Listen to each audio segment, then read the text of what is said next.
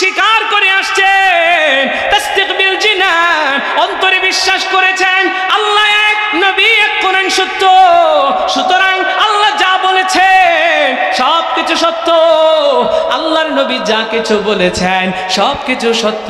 এবার আপনি স্বীকারও দিয়ে দিলেন, আমলের মাধ্যমে এখন বাস্তবায়ন করবেন। যদি আমলের মাধ্যমে বাস্তবায়ন করতে পারেন তাইলে আপনি পরিপূর্ণ মুমিন হতে পারবেন। এর দুনিয়ার মানুষ রে, মানুষ এই আমলের ভিতরে বাস্তবায়ন করতে সেই ধরা খাইয়া যায়। মুখে স্বীকার করছে, অন্তরেও বিশ্বাস করছে, কিন্তু আমলের ভিতরে বেজাল লাগায়া দেয়।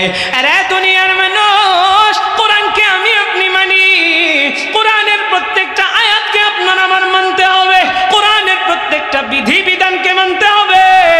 কিন্তু দেখা যায় অনেক মানুষ আছে জিহাদের কথা শুনতে পারে না।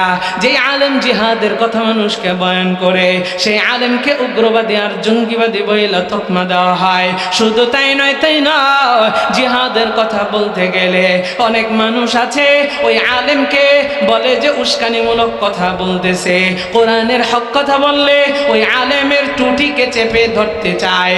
আরে দুনিয়ার মানুষ, শুধু তাই নয়, ওই আলেমের জবানকে বন্ধ করে দেওয়ার চেষ্টা পর্যন্ত করে। কেমনে করে?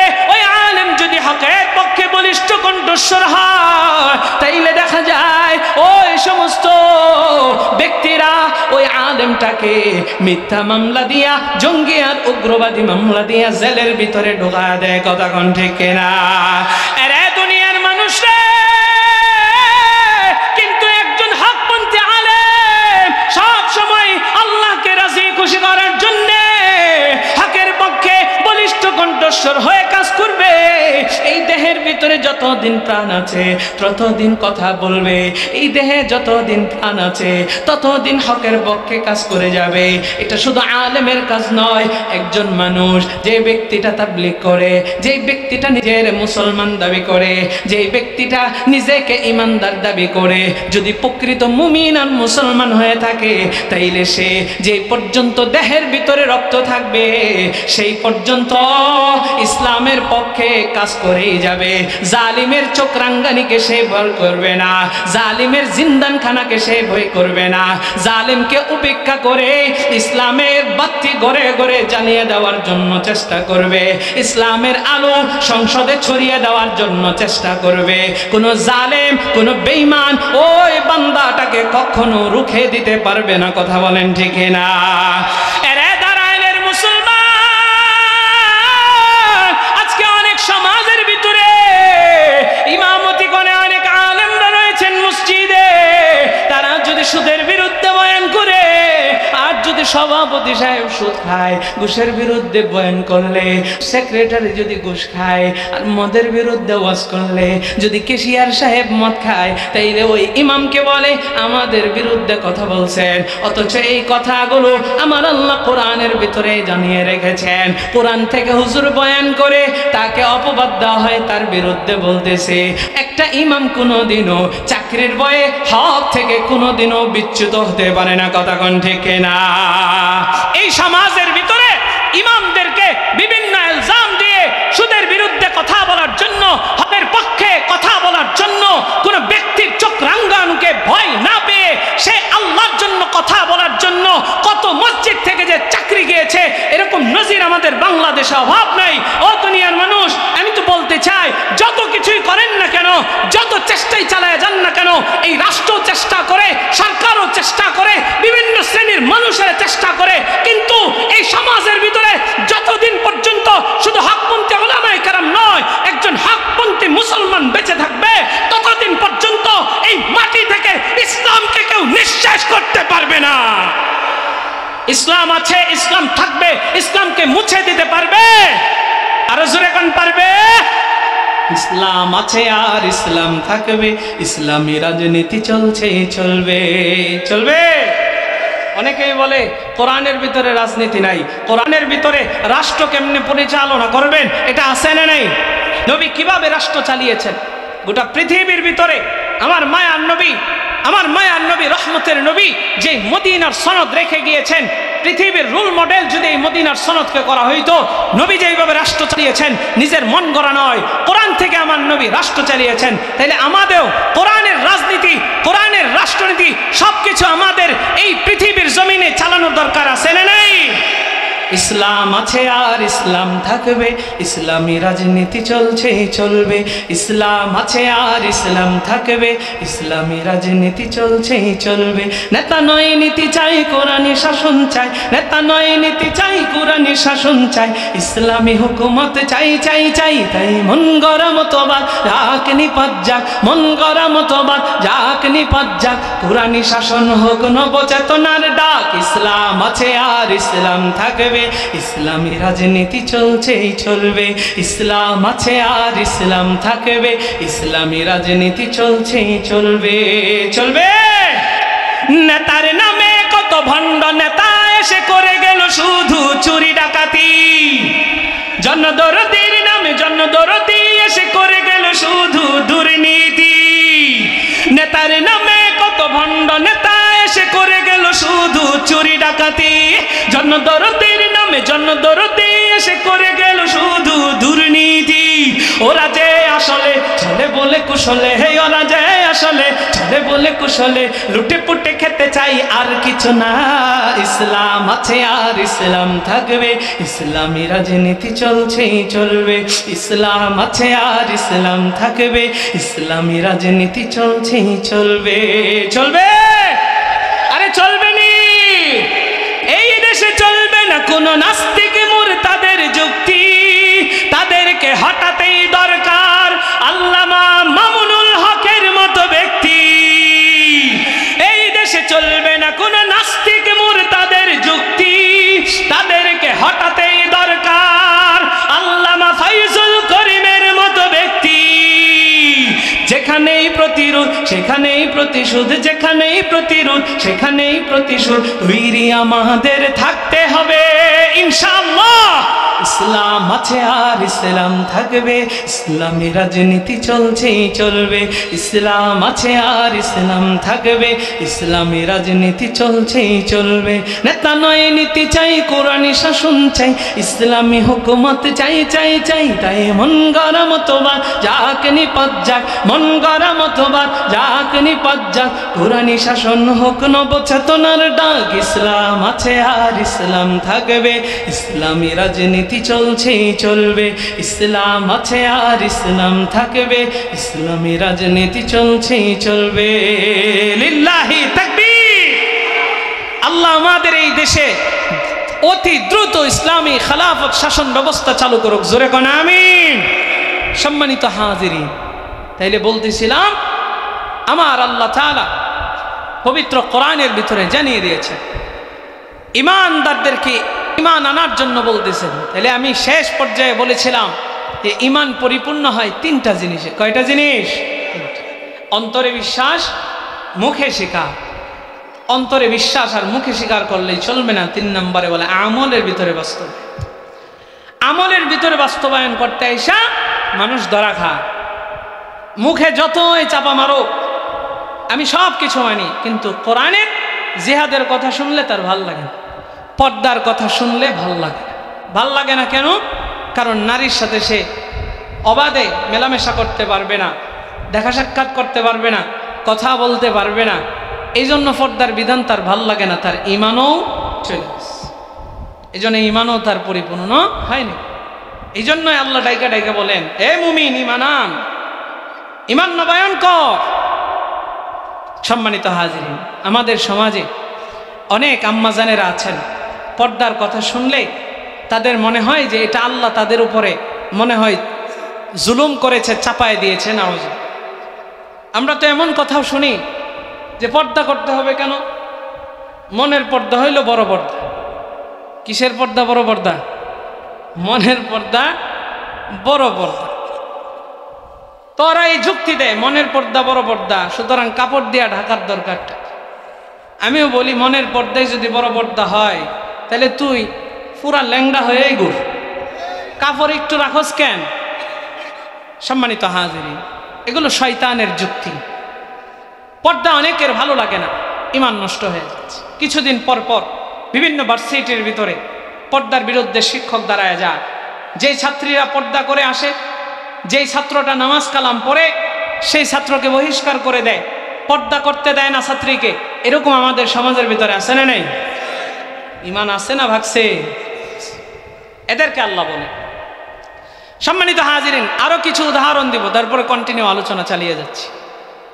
আমাদের এই সমাজে আমাদের ইমানকে কিভাবে নষ্ট করি? একটা টাকার কাছে, সামান্য টাকার কাছে ইমান আমরা বিক্রি করে দিই।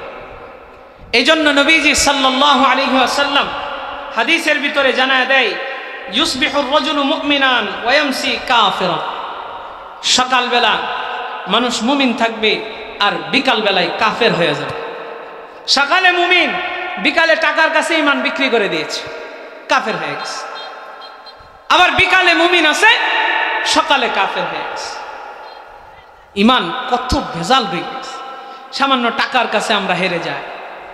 ছোট্ট একটা উদাহরণ দিব। আপনার কাছে একজন 10,000 টাকা পায়, যার কাছ থেকে হাওলাত নিয়েছেন তাকে টাকাটা দেওয়ার সময় দেখলেন যে আপনার 10,000 টাকার ভিতরে একটা 1,000 টাকার নোট ছিঁড়া, মাঝখান দিয়ে ছিঁড়া। এটা দেখা চিন্তা করলেন, হাই হাই 10,000 টাকার নোটটা ছিঁড়া, এখন কি করা যায়? আপনাদেরকে একটা প্রশ্ন করি, টাকাটা কি ফালাইয়া দেন না চালাইয়া দেওয়ার চেষ্টা করেন? এই ছিঁড়া টাকাটারে কষ্টিপ লাগায়, খুব সুন্দরভাবে কষ্টিপ লাগায়, যেন ধরা না। কষ্টিপ লাগায়া ওই ব্যক্তির কাছে আপনি টাকাটা যে দিবেন, ছিঁড়া টাকাটা বাকি টাকার মাঝখানে দেন, দিয়া তার কাছে দেন। সে যখন হাতের ভিতরে নেয়, আপনি মনে মনে চিন্তা করতে থাকেন, হাই রে ছিঁড়া টাকাটা যেন তার নজরে না আসে। আমার কথা ভুল হলে বলবেন, হুজুর ভুল বলতেছে। দেখেন, স্বাভাবিক একটা টাকার কাছে আমার ইমান কত অসহায়, ইমান কত দুর্বল। ব্যক্তিটার কাছে যদি দরাই খেয়ে ফেলেন, আপনি টাকাটা আপনাকে রিটার্ন দিল, আপনি বললেন কি, হাই হাই এটা ছিঁড়া, আমি তো দেখি নাই। বলছেন সত্য কথা না মিথ্যা কথা? 1 নাম্বার ওই ব্যক্তিকে ধোঁকা দেওয়ার চেষ্টা করেছিলেন, 2 নাম্বার মিথ্যা বললেন, কবিরা গুনাহ করলেন। এবার টাকাটা নিয়ে চিন্তা করেন কিভাবে চালাবো। দোকানে চালাতে হবে। বলে কোন দোকান? বড় একটা দোকান দেখতে হবে, যেই দোকানের ভিতরে ভিড় থাকে বেশি, ভিড়ের ভিতরে টাকাটা চালায় দেবেন, যান দোকানে। অথচ একটা সহজ পদ্ধতি ছিল। কি পদ্ধতি? ব্যাংকের ভিতরে ছেঁড়া টাকা নেওয়া হয়, অথবা আমাদের বিভিন্ন জায়গার ভিতরে ছিঁড়া টাকা নেয়, তারা কিছু টাকা আপনাকে কম দেয়, তারা ব্যাংকের কাছে টাকাটা হস্তান্তর করে। এই সহজ পদ্ধতি অবলম্বন করি কেন করি না? কারণ আমার ইমানের ভিতরে ভেজাল আছে, দুর্বলতা আছে। গেলেন দোকানের ভিতরে, বড় একটা দোকান, চিন্তা করলেন দিনের বেলায় আলোতে দেখা ফেলাইব, রাতের অপেক্ষা করে। রাতের বেলা আসলো, চিন্তা করে একটু যে কারেন্টটা যাইতো খুব ভালো হতো। এই অন্ধকারের ভিতরে যায় দোকানদারের কাছে আপনি টাকাটা চালায় দিলেন। এখন বলেন, ওই দোকানদারকে আপনি ধোঁকা দিছেন নাকি দেন নাই? ঠকাইছেন নাকি ঠকান নাই? পাশাপাশি আপনি যে এই যে ধোঁকাটা দিলেন, মানুষটারে আপনি ঠকাইলেন, অথচ আল্লাহ কোরআনে কি বলে রেখেছেন আপনার আমার খবরই নেই। টাকার কাছে আমরা ইমান, সামান্য ছিঁড়া টাকার কাছে ইমানের মূল্য নেই। অথচ আল্লাহ বলেন, ওয়াইলুল লিল মুতাফফিফিন আল্লাযীনা ইযা ইক্তালু আলান নাসি ইস্তাওফুন ওয়া ইযা কালুহুম আও ওয়াজানুহুম ইখসিরুন لا يظن أولئك أنهم مبعوثون ليوم عظيم يوم يقوم الناس لرب العالمين দাঁড়াইলের মুসলমান গভীর মনোযোগ। আপনার আমার ইমানটা কত দুর্বল। ছিঁড়া টাকার কাছে আমরা হেরে যাই, ছিঁড়া টাকার কাছে আমার আপনার ইমানটা বড় অসহায়। মানুষকে আপনি আমি কেমনে ধোঁকা দিতেছি। আজকে ক্রেতা বিক্রেতারে ধোঁকা দেয়, বিক্রেতা ক্রেতারে ধোঁকা দেয়। মানুষকে যদি ঠকান, ও দুনিয়ার মানুষ রে, আমার মায়ার নবী, দয়ার নবী, রহমতের নবী জানায় দেয় ওই ব্যক্তিটা আমার উম্মত না। একটু জোরে বলেন না নাউজুবিল্লাহ। আমার আপনার নবী, মায়ার নবী, রহমতের নবী একদিন মদিনার বাজারের ভিতরে গেলেন। নবী আমার বিভিন্ন জায়গার ভিতরে যাইয়া যাইয়া খোঁজ খবর নিতেন, মানুষ কি কোনো জায়গায় ধোঁকা দেয় কিনা, মানুষ কোনো জায়গার ভিতরে দুর্নীতি করে কিনা। আমার মায়ের নবী মদিনার বাজারের ভিতরে গেলেন, বাজারে যাইয়া ব্যবসায়ীদেরকে পরীক্ষা করতেছে।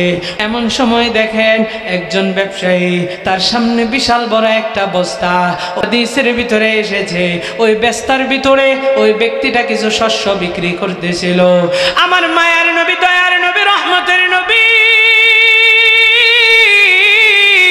ওই ব্যক্তির সামনে যাইয়া নবী আমার কি মনে কইরা জানো, ওই বিক্রেতার বস্তার ভিতরে আমার মায়ের নবী হাতটা ঢুকাইলেন। ও দুনিয়ার মানুষ, নবী আমার দেখলেন বস্তার ভিতরে যে শস্য আছে, এই শস্যগুলো উপর দিয়া শুকনা, ভিতর দিয়া ভিজা। আমার মায়ের নবী বুঝতে পারলেন এই ব্যক্তিটা মানুষকে ঠকাইতেছে। কেমনে ঠকায়? শস্য দানাগুলো যদি শুকনা থাকে তাইলে মাল বেশি যায়, যদি ভিজা থাকে মাল যায় কম, ওজনে হয় বেশি। আমার মায়ের নবী, দয়ার নবী, রহমতের নবী বুঝতে পারলেন এই ব্যক্তিটা মানুষকে ধোঁকা দিতেছে, ঠকাইতেছে। আমার মায়ের নবী জানায় দেয়, মান গাশশানা ফালাইসা মিন্না, যে মানুষকে ধোঁকা দেয় সেই ব্যক্তিটা আমার উম্মত না। জোরে কর না নাউজুবিল্লাহ। এজন্য মানুষকে ঠকানো যাবে, ধোঁকা দেওয়া যাবে। আমাদের সমাজে মিষ্টির দোকানে যাইবেন, আমি আমার নিজের উদাহরণ দিয়েই জানাই। শেরপুর শ্রীবর্দী বাজারে গিয়েছি এক প্রোগ্রামে, যে ব্যক্তি দাওয়াত দিয়েছেন আমার খুব কাছের মানুষ, মহব্বতের মানুষ, ওনার বাসায় না গেলে আমাকে ছাড়বেই না। তো বাসায় গেলে কিছু নিয়ে যাওয়া সুন্নত, নবীজির সুন্নত হলো কারো বাসায় গেলে কিছু নিয়ে যাওয়া। আমি শ্রীবর্দী বাজারে ঘুরে দেখলাম দোকানপাটও বন্ধ, একটা মিষ্টির দোকান খোলা আছে। ঢুকলাম মিষ্টির দোকানে, আপনাদের মনোযোগ আছে? এবার মিষ্টির দোকানে ঢুইকা বললাম ভাই মিষ্টি দেন, দিল। নিয়ে গেলাম মিষ্টি। ওনাদের বাসায় যাওয়ার পর মিষ্টি তারা সবাই খাইলেন, আমাকেও দিলেন। কিছুক্ষণ পরে আমার পরিচিত বন্ধুটা এসে বলতেছে যে দোস্ত আমাদেরকে তো ঠকানো হয়েছে। আমি বললাম কিভাবে? মিষ্টি যে দিছে, মিষ্টির নিচে যে একটা কাগজ দেয়, এখন তো রং বেরঙের কাগজ দেয়, কাগজের নিচে কিছু আছে কিনা বুঝার কায়দা নেই, উপর দিয়ে মিষ্টিটা সুন্দর করে সাজায় দেয়। বলে এই কাগজের নিচে একটা পলিথিনের ভিতরে শিরা কিছু ভইরা, ওই শিরাটারে সুন্দর কইরা লেবেল করে কার্টনের ভিতরে দিয়ে দিছে নিচ দিয়ে। তাহলে বলেন এই শিরা দিয়া 200 গ্রাম 250 গ্রাম যাই, সে মানুষটারে ঠকাইছে, মানুষকে ধোঁকা দিছে। শুধু তাই নয়, যাবেন গোশতের দোকান, সেখানেও ধোঁকা আছে। আমি বলে দেই, দেওরা বাজার থেকে একদিন আমি গোশত কিনতেছি, যা জিজ্ঞাসা করলাম, কয়েকটা দোকান আছে 5-6টা বা 4-5টা। বললাম যে এখানে কি গোশত, আমি ষাঁড়ের গোশত নেব, আছে? বলে হ্যাঁ হ্যাঁ, এই যে ষাঁড়ের গোশত। পরে একজন তাবলিগের সাথী ভাই আছে, ওনার দোকানে গেলাম, যা ওনারে জিজ্ঞাসা করলাম আমাকে একটু ষাঁড়ের গোশত দেন। উনি আমাকে বললেন হুজুর একটু এদিকে আসেন। কানটা বাড়াইয়া দিলাম, কানে কানে আমাকে বলল যে এখানে যতগুলো দোকান আছে আজকে কোনোটাই ষাঁড়ের গোশত বিক্রি হচ্ছে না। এখন বলেন মিথ্যা কথা বইলা আপনারা গাভীর গোশত, বুড়া গরুর গোশত খাওয়াইয়া বলতেছে ষাঁড়ের গোশত দিতেছে। গেছি সেই শফিউদ্দিনে খাসি কেনার জন্য, আমার মেয়ের আকিকা করব। আমার সামনেই দেখলাম একটা ছাগল বিক্রির জন্য তারা ছিলতেছে, আর আমি একটা খাসি আলাদা কিনছি, আমারটাও ছোলাইতেছে, তাদের ছাগলটাও ছোলাইতেছে। আমার খাসিটাও নিয়ে আসলো, তাদের ছাগলটাও নিয়ে আসলো। 2 জন ক্রেতা দাঁড়ায় আছে, বলতেছে খাসির গোশত দেন। এই ছাগলের গোশত থেকে আমার সামনেই ছিলা নিয়ে আসছে, আমি তো দেখছি ছাগল, এটা এখান থেকে খাসির গোশত তাদেরকে দিতেছে। বারবার ব্যক্তিটা জিজ্ঞাসা করতেছে খাসির গোশত তো? হ্যাঁ খাসির গোশত। ছাগলের গোস্ত দিয়া বলতেছে খাসির গোস্ত, নগদ মিথ্যা কথা বইলা ঠকাই দিছে। ছোট্ট উদাহরণ দিচ্ছি, গেলাম ফুলপুর, ময়মনসিংহ ফুলপুর এক জায়গায় একটা দোকানে, আমার জন্মস্থান ময়মনসিংহ হালুয়াঘাটে, সেই সুবাদে বাড়িতে মাঝে মাঝে যাওয়া হয়। তো আমি গেলাম ফুলপুরে। এই উদাহরণগুলো সচেতনতার জন্য দিতে হয়, আপনারা বুঝবেন, সচেতন হবেন। আমি বললাম গোশত দেন 3 কেজি। উনি গোশত আমার সামনে কাটলেন। সেখানেও 3-4টা দোকান, যারা এখানে ময়মনসিংহ ফুলপুরের আছেন জানেন, হাতের ডাইন সাইডে আছে। গোশত দিল আমার সামনে কাইটা। এখন তারা তেল দিবে, তেলও দিল, কিন্তু হাড্ডিটা যখন দিতে চাইলো দেখলাম হাড্ডিটা একটা কাপড়ের নিচ থেকে দিচ্ছে। আমি বললাম দাঁড়ান, হাড্ডিটা কাপড়ের নিচে এখান থেকে বের করতেছেন কারণ কি? হুজুর, ক্রেতাকে দ্রুত দেওয়ার জন্য হাড্ডিটা আমরা আগেই কেটে সুন্দর করে সিস্টেম করে আমরা রেখে দিয়েছি, যাতে করে ক্রেতাকে তাড়াতাড়ি দিয়ে দেওয়া যায়, হাড্ডিটা কাটার জন্য সময় নষ্ট না হয়। Okay fine. আমি বললাম ঠিক আছে, অসুবিধা তো নেই, ঝামেলা নাই তো? বলে না না না। এবার আমাকে গোশত দেওয়া হলো, বাড়িতে নিয়ে গেলাম গোশত। গিন্নি পলিথিনটা যখন খুলছে তখন পলিথিনের ভিতর থেকে দুর্গন্ধ বের হইতেছে। আশ্চর্য হয়ে গেলাম। উনি গোশতের টুকরা উঠাইলেন, নাকে দিলেন, বলে গন্ধ নেই। হাড্ডি উঠাইলেন, সাথে সাথে বমি করে দিচ্ছে, এমন গন্ধ। তাইলে দেখেন এই গোশতওয়ালা আমাকে ঠকাইছে নাকি ঠকায় নাই? আরো জোরে বলেন, ঠকাইছে। ফল বিক্রেতার কাছে যাবেন, কার্টনের নিচে দেখবেন অনেক সময় মোটা বুট দিয়ে দেয় আপনার কাছ থেকে, হ্যাঁ 1 কেজির দাম নিচ্ছে, কিন্তু ফল দিচ্ছে আপনাকে 800 গ্রাম বা 850 গ্রাম, আপনার কাছ থেকে 150 গ্রাম সে মেরে দিচ্ছে, অথচ দাম আপনার কাছ থেকে নিছে। বলেন আপনাকে ঠকাইছে নাকি ঠকায় না? ইমানের ভিতরে কত ভেজাল। আল্লাহ এদের সম্পর্কে বলেন, ওয়াইলুল লিল মুতাফফিফিন আল্লাযীনা ইযা ইক্তালু আলান নাসি ইস্তাওফুন ওয়া ইযা কালুহুম আও ওয়াজানুহুম ইখসিরুন আলা ইয়াযুন্নু উলাইকা আন্নাহুম মাবউসুন লিয়াউমিন আযীম يوم يقوم الناس لرب العالمين আল্লাহ তাআলা জানায় দেয় ওয়াইলুল লিল মুতাফফিফিন। আল্লাহ বলেন দুর্ভোগ তাদের জন্য।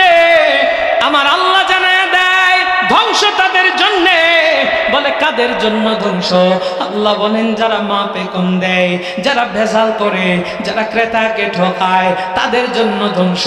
আমার আল্লাহ যদি ধ্বংস করে, আপনার আমার কিন্তু বাঁচার সুযোগ নাই। ও দুনিয়ার মানুষ, আপনি আমি যদি কাউকে ঠকাই, মুফাসসিরিনে কেরামগণ 3টা কথা লিখেছেন। 1 নম্বরে দুর্ভোগ তাদের জন্যে, 2 নম্বর ধ্বংস তাদের জন্যে।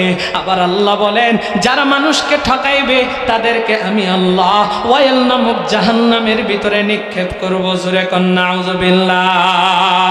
এরে দাঁড়াইলের মুসলমান, আমার আল্লাহ জানে দেয় তাদের জন্য ধ্বংস, তাদের জন্য দুর্ভোগ। যারা মাপে কম দেয় তাদেরকে আল্লাহ ওয়াইল নামক জাহান্নামে দিবে।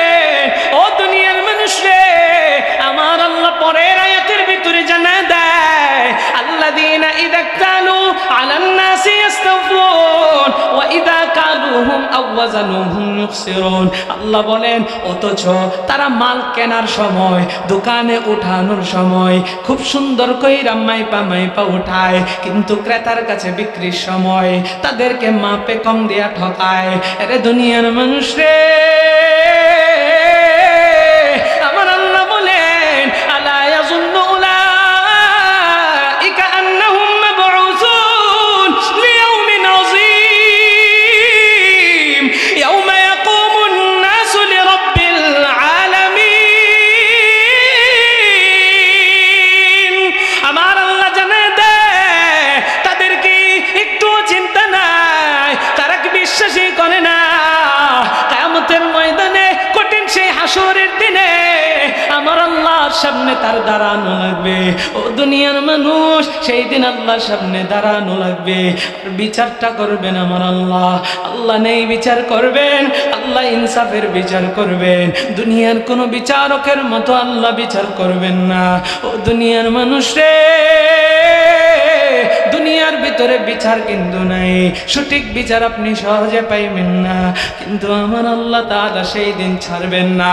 আরে দুনিয়ার মানুষ, একটু জবাবটা দিয়া জানায় দেন, আপনার আমার রব সেই দিন আপনার আমার যে বিচার করবেন, যদি জাহান্নামের আসামি বানায় দেন, জাহান্নাম থেকে বাঁচার কোনো সুযোগ আছে? আর জোরে বলেন না সুযোগ আছে?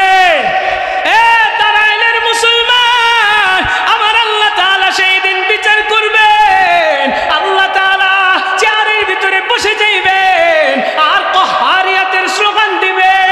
আমার আল্লাহ হুঙ্কার দিবেন, লিল্লাহিল ওয়াহিদিল কাহ্হার। আমার আল্লাহ তাআলার সেই দিন রাগান্বিত হুঙ্কার শুনিয়া, আল্লাহকে রাগান্বিত দেখিয়া বান্দারা তো ভয় থরথর করে কাঁপবে। ও দুনিয়ার মানুষ, শুধু তাই নয়, নবীরা পর্যন্ত ইয়া নাফসি ইয়া নাফসি জপবে। ও দুনিয়ার মানুষ, আপনার আমার আমল নামা যদি ডান হাতের ভিতরে দেয়, তাইলে কিন্তু আপনার আমার কপাল বড় ভালো। যদি আমল নামা বাম হাতে যায়, আপনার আমার কপাল বড় মন্দ। যদি জাহান্নামের আসামি হইয়া যায়, আপনি আমি কিন্তু জাহান্নামে যাইতে চাইব না, কিন্তু ওই জাহান্নামের আযাবের ফেরেশতারা আপনার আমার কবরের ভিতরে শিকল লাগাইবে আর জাহান্নামের দিকে টানতে থাকবে। ও দুনিয়ার মানুষ রে, আপনি আমি জাহান্নামে যাইতে চাইব না, চোখের পানিগুলো ঝরাইয়া ঝরাইয়া কানবো আর রব্বে কাবাকে ডাইকা ডাইকা বলবো, করো আমি জাহান্নামের আগুনে জ্বলতে পারবো না, ওই জাহান্নামের আগুন সহ্য করার ক্ষমতা আল্লাহ আমার নাই। ও দুনিয়ার মানুষ, আল্লাহর কাছে সেই দিন কান্দে কান্দে বলবে, রব আপনি আমারে আজকে একটা বার সুযোগ দেন, আমি আবার দুনিয়াতে যাইতে চাই। এবার দুনিয়াতে যাই আমি আর নামাজ ছাড়বো না, আমি আর রোজা ছাড়বো না, আমি আর সুদ খাইবো না, ঘুষ খাইবো না। দুনিয়াতে যাইয়া ক্ষমতা পেয়েছিলাম, ক্ষমতার অপব্যবহার করবো না। এরা দুনিয়ার মানুষ রে, একটু জবাব দিয়ে জানেন দেন, সেই দিন আমার আল্লাহ কোন সুযোগ দিবে? আর জোরে বলতে হবে দিবে। এইলে আল্লাহর ভয় অন্তরের ভিতরে নিয়ে চলেন। আমার মায়ার নবী, দয়ার নবী, রহমতের নবী, উম্মত থেকে আপনাকে আমাকে খারিজ করে দিবেন যদি মানুষকে ঠকায় আর মানুষকে ধোঁকা দেয়। এই জন্য আল্লাহর ভয় অন্তরে আনার দরকার আছে না নাই? আরো জোরে বলেন, আছে না নাই? যাদের হৃদয়ে আছে আল্লাহর ভয়, তারা কবু পথ ভুলে যায় না। আল্লাহর প্রেম ছাড়া এই দুনিয়ায় কারো কাছে কোনো কিছু চাই না। যাদের হৃদয়ে আছে আল্লাহর ভয়, তারা কবু পথ ভুলে যায় না। আল্লাহর প্রেম ছাড়া এই দুনিয়ায় কারো কাছে কোনো কিছু চাই না। রাতের আধারে যারা সিজদাতে রয়, দু চোখের অশ্রুতে নদী যেন বয়। রাতের আধারে যারা সিজদাতে রয়, দু চোখের অশ্রুতে নদী যেন বয়। ছলনার হাছানি যতই আসুক, ছলনার হাছানি যতই আসুক, পিছনে ফিরেও সে তাকায় না। আল্লাহর প্রেম ছাড়া এ দুনিয়ায় কারো কাছে কোনো কিছু চাই না। যাদের হৃদয়ে আছে আল্লাহর ভয়, তারা কবু পথ ভুলে যায় না। আল্লাহর প্রেম ছাড়া এ দুনিয়ায় কারো কাছে কোনো কিছু চাই না। হেরার আলোতে যার হৃদয় রঙিন, হাতে আল কোরআনের দীপ্ত সঙ্গীন। হেরার আলোতে যার হৃদয় রঙিন, হাতে আল কোরআনের দীপ্ত সঙ্গীন। সত্যের পথে যারা থাকে অবিচল, সত্যের পথে যারা থাকে অবিচল, শত্রুকে কবু ভয় পায় না। আল্লাহর প্রেম ছাড়া এ দুনিয়ায় কারো কাছে কোনো কিছু চাই না। যাদের হৃদয়ে আছে আল্লাহর ভয় তারা কভু পথ ভুলে যায় না। আল্লাহর প্রেম ছাড়া এ দুনিয়ায় কারো কাছে কোনো কিছু চাই না। সব কিছু চাইতে হবে কার কাছে? অন্তরের ভিতরে ভয় নিয়ে চলতে হবে কার? যদি ভয় থাকে তাইলে পথচ্যুত হবেন না। আল্লাহকে আমরা কারা কারা ভয় পাই দুইটা হাত তুলে আল্লাহরে দেখায়া দেই।